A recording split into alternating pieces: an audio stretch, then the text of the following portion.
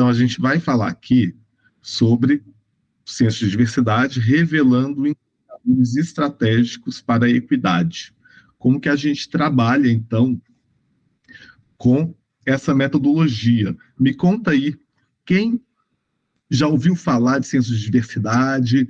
Quem que trabalha numa empresa em que já foi realizado um censo de diversidade? Conta aí para a gente saber se você já tem alguma proximidade aí com o tema. De qualquer maneira, a gente sabe que muita gente quer descobrir como fazer o censo. Então, vamos passar aí para uma parte mais prática, explicando que metodologia é essa.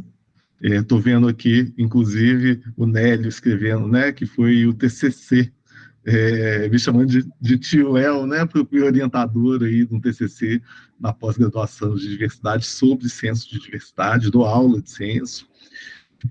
Estou vendo no chat que algumas pessoas já implementaram. Isabelle, fui seu professor, né, de censo. Bacana ver meus alunos, minhas alunas aqui trabalhar um pouco desse tema. E aí vou explicar agora, então, para todo mundo aí algumas questões. Para que vocês me conheçam, eu sou um homem gay, aí para a comunidade LGBTQIA+, fazendo primeiro minha audiodescrição. Eu tenho cabelos curtos, castanhos, uma barba curta castanha também, estou usando um headphone, um blazer azul e uma camisa preta com as cores do arco-íris. Eu sou consultor e palestrante, sou diretor sócio aqui da Diversifica, sou colunista de diversidade do Estado de Minas e professor, então, de pós-graduações em diversidade e inclusão nas organizações na PUC Minas e na HSM University. Também já atuei aí como professor de diversidade e inclusão na Universidade de Jyväskylä, na Finlândia, onde eu fiz meu doutorado sanduíche. Eu tenho experiências aí trabalhando com consultoria, com treinamentos em diversidade e inclusão, já apoiei aí mais de 70 empresas do Brasil e do exterior. Então, quero compartilhar um pouco das minhas experiências com vocês.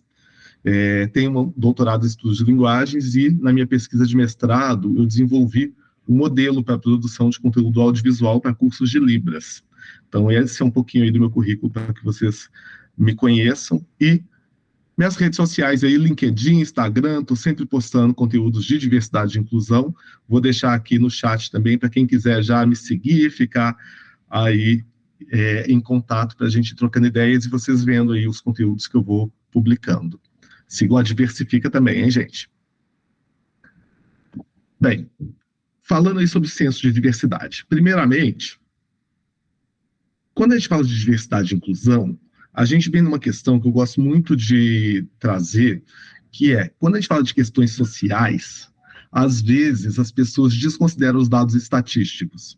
As pessoas, elas focam muito na questão do qualitativo, que é importantíssimo, tá, gente? Ter, né, ouvir as pessoas, o que elas têm a dizer, ir para o método qualitativo é muito legal, mas a gente precisa trabalhar com dados estatísticos também, porque eles têm uma força muito grande para nos mostrar a realidade, mostrar um retrato, a gente conseguir acompanhar indicadores com o tempo, e equidade se faz também por meio de indicadores, a gente entender sobre representatividade, como melhorar essas representatividades. Sem dado estatístico, fica muito difícil de saber o quanto que a gente está avançando. Então, quebrar aí esse paradigma de que quando é uma questão social, a gente vai só para o qualitativo. Não, gente. Quantitativo também é muito importante. E faltam dados no trabalho das pessoas que trabalham com diversidade e inclusão, gente? Quem aí já trabalha com essa área? Vocês sentem que faltam muito dados de pesquisa? Eu sinto. Muitas vezes, quando eu quero olhar alguma questão específica, mais aprofundada, para fazer uma análise, e eu vou tentar achar pesquisas, eu não acho pesquisas em português, feitas no contexto brasileiro, que tragam os dados. Tem alguns que a gente acha sim, mas tem outros que não. Tem outros que acaba a gente conseguindo alguma fonte estrangeira, de países que investem mais na pesquisa, mas a gente não tem esse mesmo tipo de pesquisa acontecendo aqui. É uma questão histórica, né, de como que o Brasil não investe nas pesquisas, em pesquisadores e pesquisadoras. E aí fica com essa falta, essa ausência de certos dados. Mas como que será que, com os trabalhos que a gente faz nas organizações, a gente pode tentar coletar dados, então, para nos embasar? E a gente pode fazer o censo de diversidade, e eu acho muito importante, porque os dados estatísticos, eles têm um poder muito grande, gente. Quando a gente traz, então, dados para conversar com a nossa gestão, para convencer sobre a importância de um orçamento de diversidade e inclusão, isso é essencial. Então, é muito diferente você ir falar sobre a importância de um projeto de diversidade dentro de uma empresa, que você precisa de budget, de orçamento para ele. Quando você fala só explicando a importância social e quando você traz dados, quando você fala, olha, mas a gente, comparando com a média do nosso mercado, a gente tem menos mulheres na liderança, a gente tem menos pessoas negras na liderança. Quando você vem e traz o dado, compara a sua empresa, por exemplo, com o, o mercado, com outras empresas que estão adiante, que são concorrentes, a gente consegue trazer um poder de convencimento muito maior. Então, por isso, o censo pode trazer aí uma relevância muito boa para a estratégia de diversidade e inclusão das empresas. E o que é esse censo? O censo de diversidade, ele vai buscar conhecer o perfil das pessoas que trabalham na empresa, é fazer um retrato. Como que está a empresa hoje em termos de questões pessoais, aí, funcionais, familiares, a representatividade de pessoas de grupos minorizados, considerando aspectos sociais, econômicos.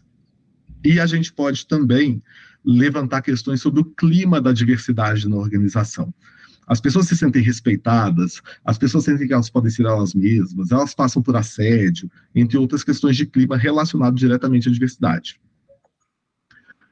E a gente tem aí, nesse censo, né, ele é feito geralmente por meio de formulário eletrônico, costuma ser online, para que mais gente consiga acessar. Hoje em dia é muito mais fácil fazer uma pesquisa assim. E depois que a gente aplica esse formulário, os dados vão ser tratados e elaborados aí por meio de um relatório. Importante dizer que, geralmente, aplicamos o formulário eletrônico, mas há certas áreas, ou dentro de uma empresa, de repente, há algumas equipes operacionais que não têm acesso ao computador, ou que não têm um letramento digital, que a gente vai precisar aplicar no papel mesmo para essas pessoas, ou que tem alguma pessoa que vai lá ajudar a responder num tablet, algo do tipo. A gente tem que pensar em como que as pessoas conseguem responder, porque a gente precisa do máximo de representatividade possível num censo. Então, olha para a realidade da sua empresa e pensa como é que você vai conseguir levar o entendimento sobre o censo para as pessoas e que elas consigam responder com ajuda se precisar, inclusive. E aí, quando a gente tem essa visão mais profunda, né, coletou os dados do censo, e aí você tem aí, eu recomendo ter pelo menos 80% aí de respostas, de preferência mais, né, já aplicamos censo aqui para empresas que a gente conseguiu mais de 95% de respostas, maravilhoso, mas pelo menos 80% para ter um retrato para valer da empresa. E aí a gente tem uma visão analítica da empresa a partir desses dados. A gente consegue entender os gaps de desigualdade que existem, né? Tem mais desigualdade racial, tem mais desigualdade de gênero, a população LGBTQIA+, como que está a questão etária ou a questão das pessoas com deficiência. E aí a gente consegue definir objetivos e metas que vão para um plano de ação. E aí a gente vai acompanhar, baseado em dados, como que a gente está alcançando essas metas.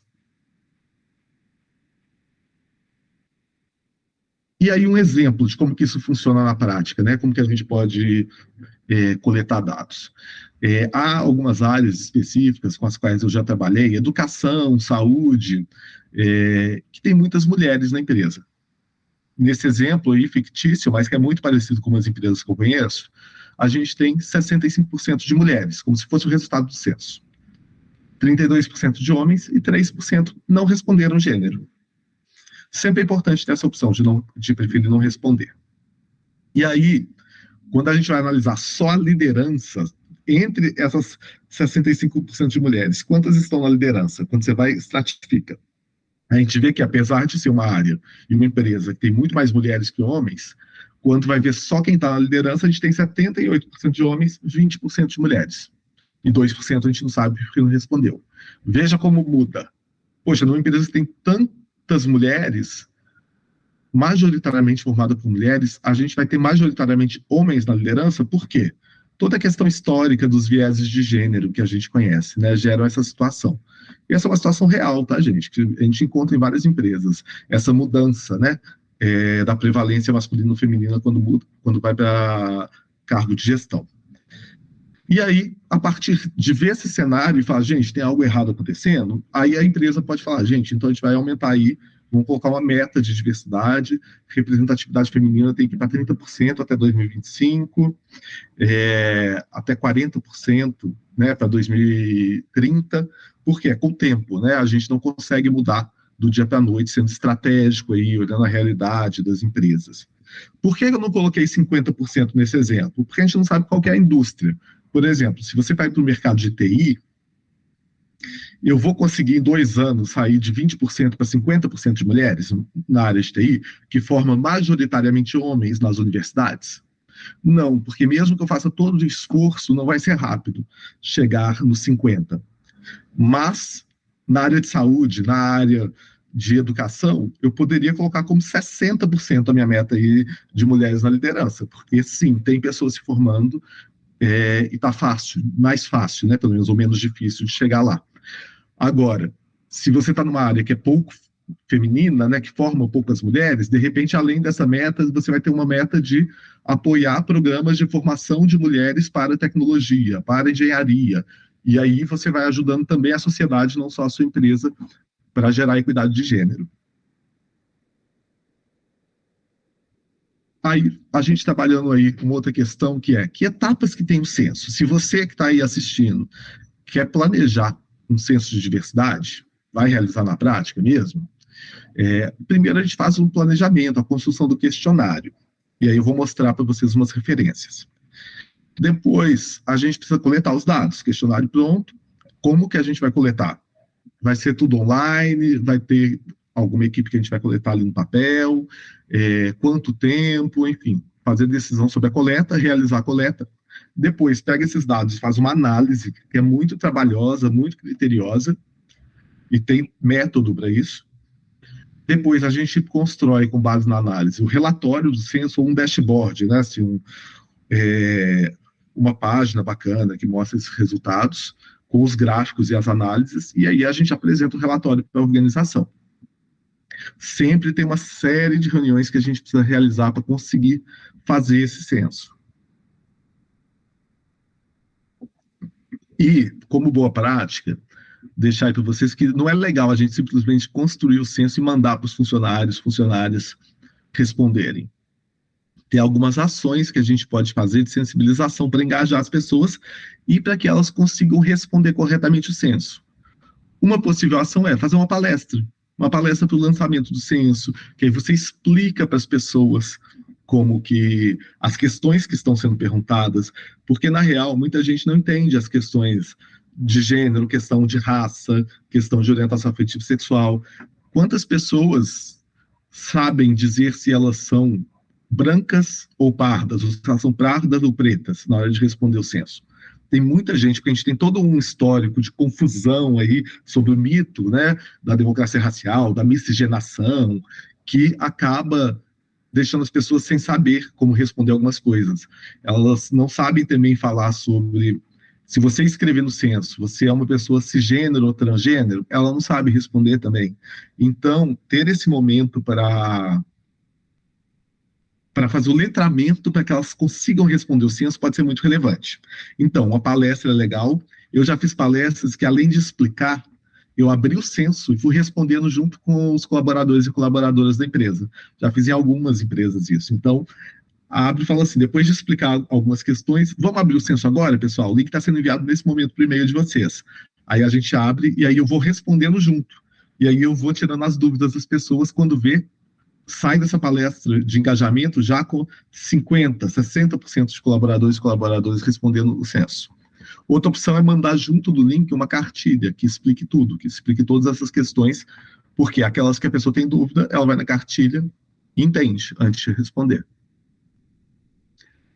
Uma questão prática. Qual é o tempo de aplicação do censo? A gente recomenda de 35 a 60 dias. Pode parecer muito grande, né?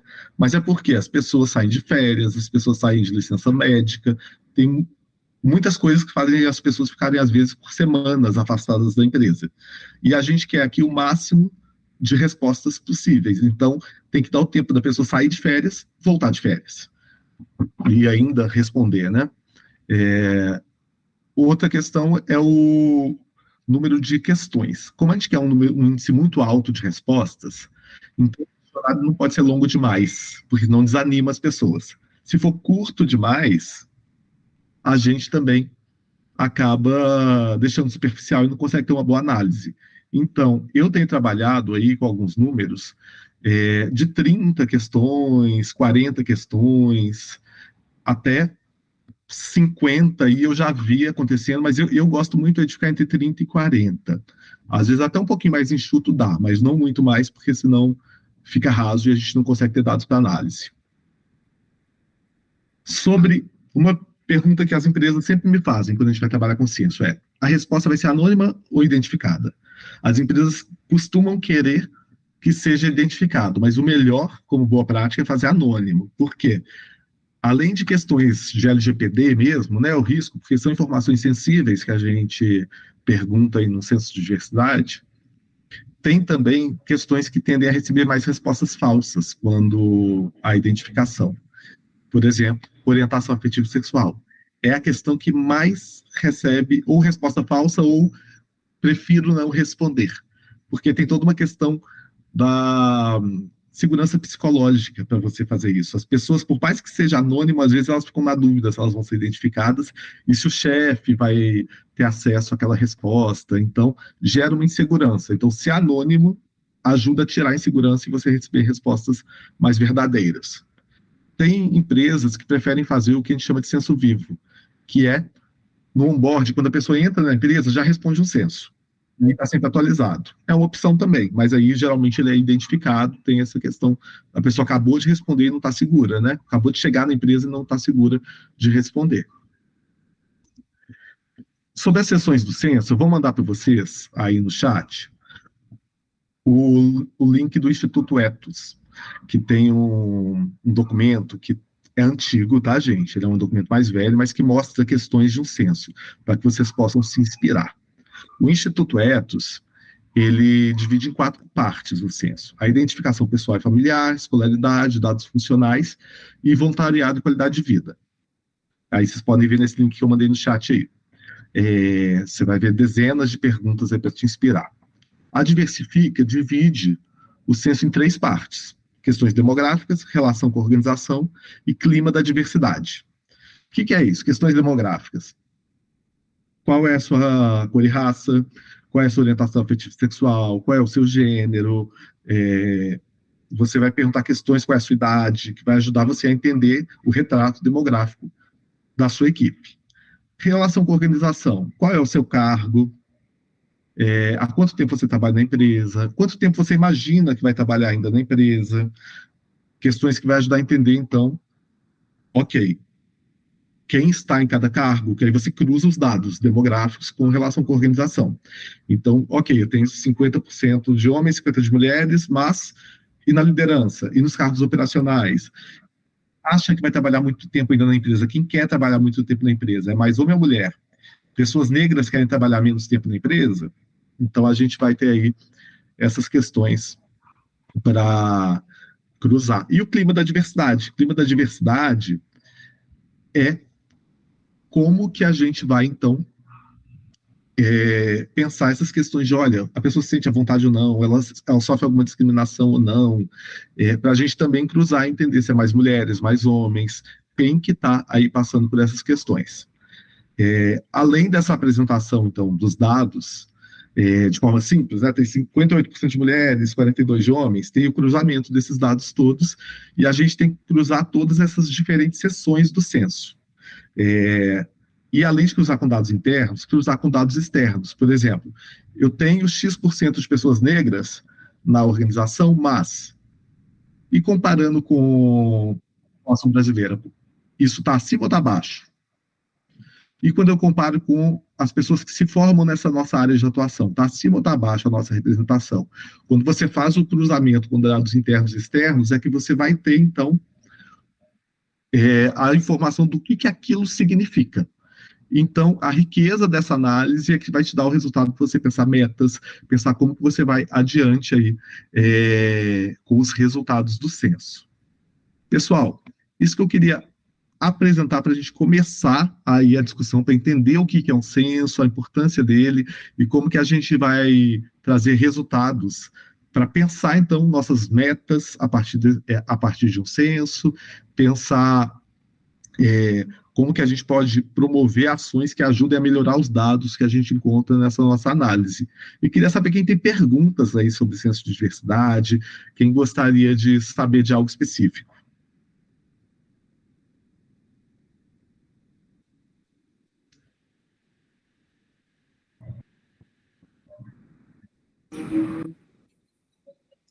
Léo, tudo? Sim, Você está me ouvindo? sim, tudo jóia.